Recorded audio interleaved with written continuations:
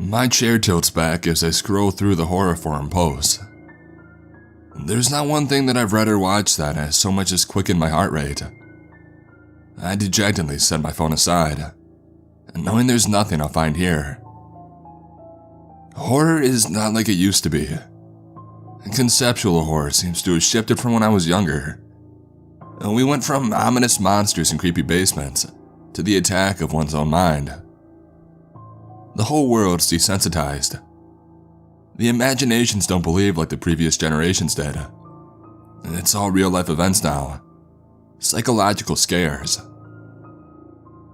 Some victims' worst days of their lives totaled out for listeners and readers to sit in their dark and enjoy eating their popcorn too. Eyes alight with excitement. You want real horror stories, just turn on the news. There's horror, misfortune, and tragedy everywhere. Killing time, I go online and I look for people that had the same problem. Fearing that I'm dead inside, I need to find something, anything that rattles me. I need to know that I'm not the only one. This wasn't what I was looking for, but I came across a term called lucid dreaming. It's basically how you take control of a situation in your dreams. How to recognize you're in one, and how to best react, manipulate the situation, and so on. There are exercises that are supposed to help the anterior prefrontal cortex of the brain so you can achieve this. My mind fights to clear itself as I try to sleep. The pull of sleep begins to win the fight against the failures and successes of the day as I peacefully drift away. I wake up in my bed, in my room, but it's not my room. Everything basically looks the same, but just a tinge different. Like a life where red means going and green means stop. Not that extreme opposite, but still is different. My floor is bare and covered in cement, almost like a basement's would be. A silhouette is crouched in the corner, illuminated by the moonlight's glowing kiss. Upon being noticed, it rises and it starts to approach me. Its retreat from the shadows reveals its full form to me. It's not human, or a he or a she. Standing before me is a large flesh-colored mass. There are eyes of every color and shape, while others glare with bright, hot hatred. They all look so familiar, but I know this can't be. There are holes throughout its face. Yes, it must be a face. Upon closer inspection, I see that they aren't holes. They're mouths. Tiny mouths to go with the many eyes to make up little, terrible faces. It grows taller with each step it takes closer to my bed. I'm too distracted by the familiarity of this being to truly show any emotion. Those faces, I recognize one now as my Grandma Hilly. Another is my first true love. The teacher that I admire the most. One face that I thought I would never see again. Another was my childhood bully. And they went on like that. Some were faces that caused me fear, and others were ones that brought me happiness, but now held expressions that were disgustedly heartbroken and hateful. It pains me to look at it. I refuse to look at it, and I don't care what it wants. This is my dream. My feet fly out of the bed and I run past the creature. His breath hits my back with an overwhelming scent of fish and garbage. I am taking back control of my mind, my dreams. Okay, so now that I'm out in my hallway, what next? It's at this point where I become instantly paralyzed inside of my body. No, I don't mean that I slumped to the floor or lost control of all functions. I mean my body's moving. My feet are walking, but I'm not making it happen. I approach a big black door and my feet take me through it. The first room is completely empty. Its walls are navy blue. I see nothing, but I can hear voices. So many voices. All of them ones that I know. I wanted to rupture my eardrums, scream to drown them out, anything. I heard all of the voices of all of my boyfriends that had broken my heart. Every hateful thing anybody had ever said behind my back, or had thought about me during a conversation. My Grandma Hilly is asking where Grandpa Harold was, sobbing with heart broken between each word. He's supposed to be here. Where is my Harold? He promised that he would wait for me. There's no one here. I don't want to be alone. I'm so cold. I can't see. Where is anyone? Her words and sobs break the core of my very heart. The volume of my voice tests its limits trying to scream to her. Don't cry. You're not alone, Nana. I'm here. The wall is freezing as my back slumps down into the floor. And then I hear my mother and father's voice. My father wasn't the man I shared DNA with, and he hated me for it. I inherited my mother's lover's eyes, and he wanted to hit me every time he looked into them. My mother hated me for being the permanent bruise on her perfect apple of a marriage, of a life. My teachers who encouraged me all said that I wouldn't amount to zip. The girl who took my virginity was talking about how terrible it was. She says she lied about it being her first time, and I was by far the worst. I let visions take over and weep until my sides are sore. I see myself with a gorgeous woman, happy and pregnant. We're having a baby boy. He grows before my eyes into the sweetest looking toddler. And then I see his death. I have to watch him die over and over again in horror. The very worst being a scenario on Halloween. And this woman that I came to recognize as my have-yet-to-be wife was dressed as a warrior goddess, a fake longsword and everything. Our son is admiring her and squeals with excitement. We're all smiling and about to head out to gather candy. My wife steps in front of us and blocks the front door. She draws her sword with a smile. She then impales the boy's chest with it, pinning his body to the door. I see the woman that I love cry out in triumph, gurgling from our son's splattered blood in her roaring mouth. There are many different ages and circumstances leading up to his death, but it's always the same boy, my son. A beautiful, pure, and innocent soul that I created and brought into this world, just for him to get torn down like a kite in a lightning storm.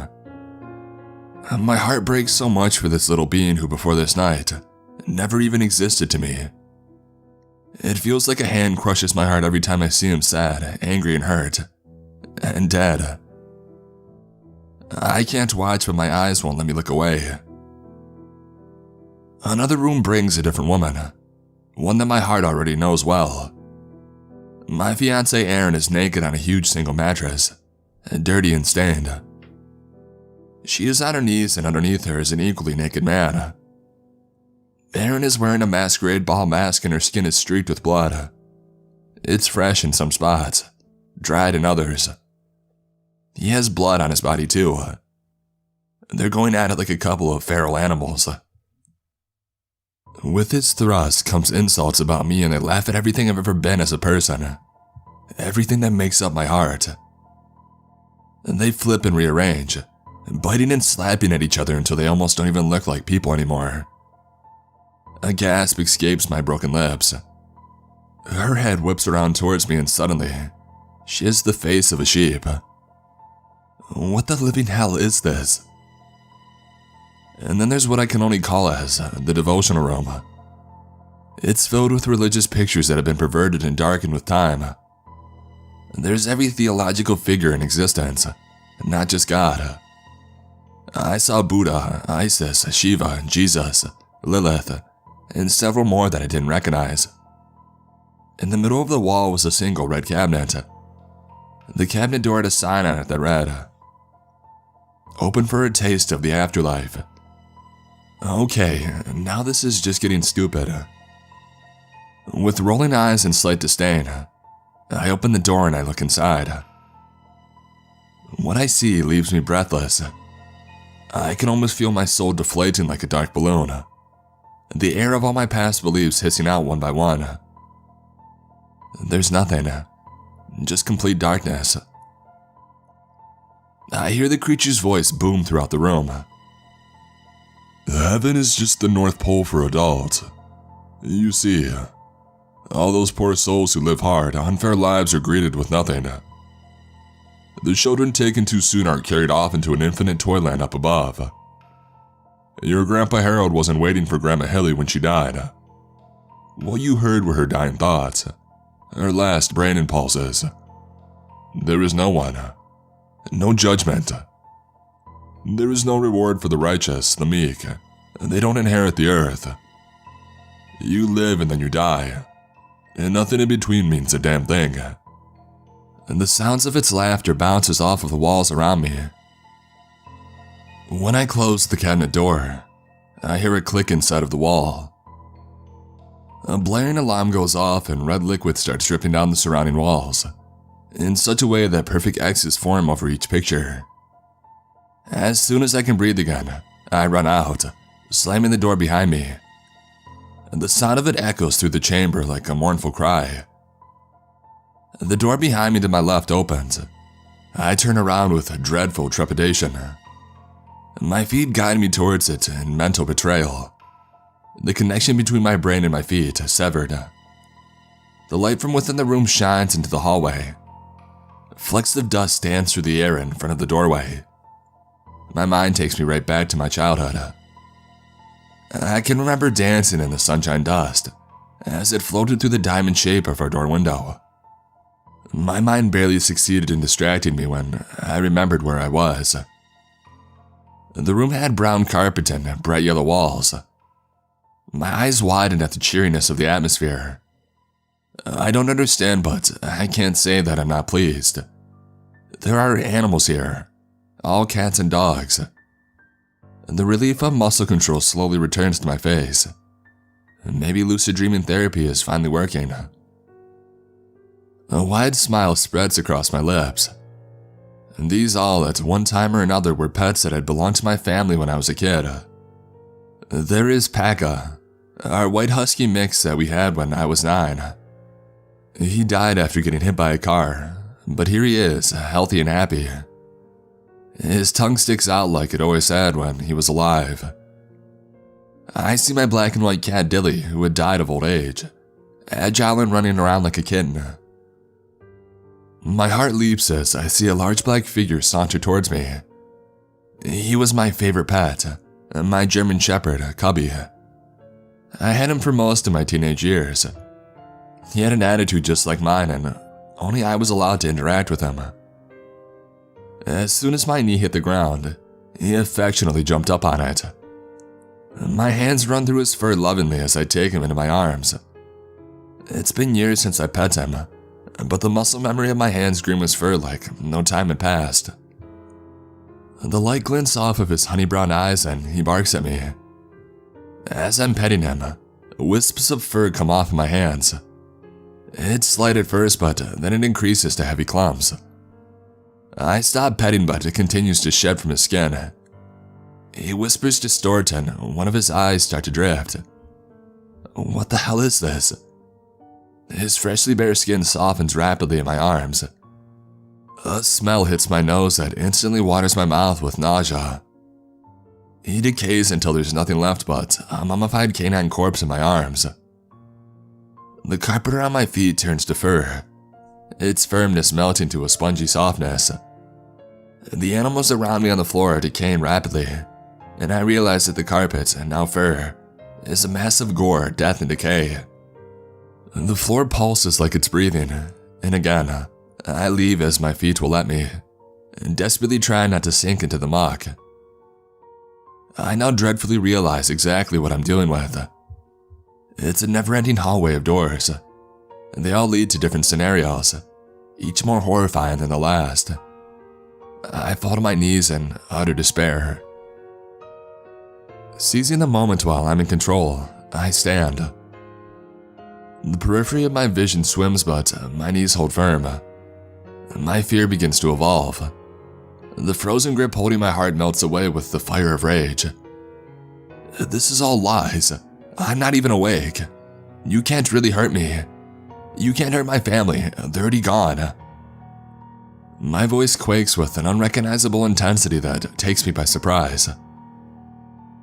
After a series of gurgly breaths, the mask speaks. "Oh no, handsome." A gray tongue slicks over the lips of the main open maw. "They aren't gone. Not from here." A lumpy appendage motions towards my temple. "People live on through the memory, and that's why I'm here. I've come to take the one thing that you think truly belongs to you." My eyes narrow. I'm trying not to show that I'm slowly losing my nerve. "Well, while that is terrible, it's likely to happen when I get older anyway. You can't scare me with what I won't remember." My voice is still confident, but not as loud this time. All of the eyes stop their activity and leer at me in unison. It starts to glide towards me. "Wrong again. You will always remember. Everything that you see here will be the only thing that you ever remember. Your brain is like wet cement that I get to imprint on in any way I'd like right now. Once the cement dries, the blueprints are frozen forever." The thing's face morphed into various faces of people that I loved and I admired through life, with each sentence that it spoke. Their tones all hateful. Their cold and glaring eyes bore through me, causing me to feel a great pain that I can't quite localize. All breath is robbed forcefully from my lungs, as if suffering a heavy blow to my back. The pain of trying to breathe is excruciating, but the panic of my suffering lungs hurts even worse. My joints twist and contort with sickening cracks. If I could breathe, I would be screaming right now. Boiling tears escape my eyes. Searing burns slide with them as they cascade down my face. The thing bellows voraciously with laughter. "You're hurting right now, ain't you, little man? Isn't that something? All twisted up like a pretzel with a barbecue face." I notice that the closer it gets to me, the larger it becomes. Before long, the creature is looming over me. "Of all the ways you fucked up, do you want to know what your biggest mistake was? All along, you thought you were desensitized to fear. You just allowed your mind to become complacent. Honestly, it was never that you were numb to fear. You just made the dangerous mistake of thinking that you were safe." I woke up from hell about 4 days ago. Since then, I haven't been able to leave my house. Eric calls, but I have no need to talk to him. Not after what I've seen. This was a mistake. I would give anything to go back to the way that I was.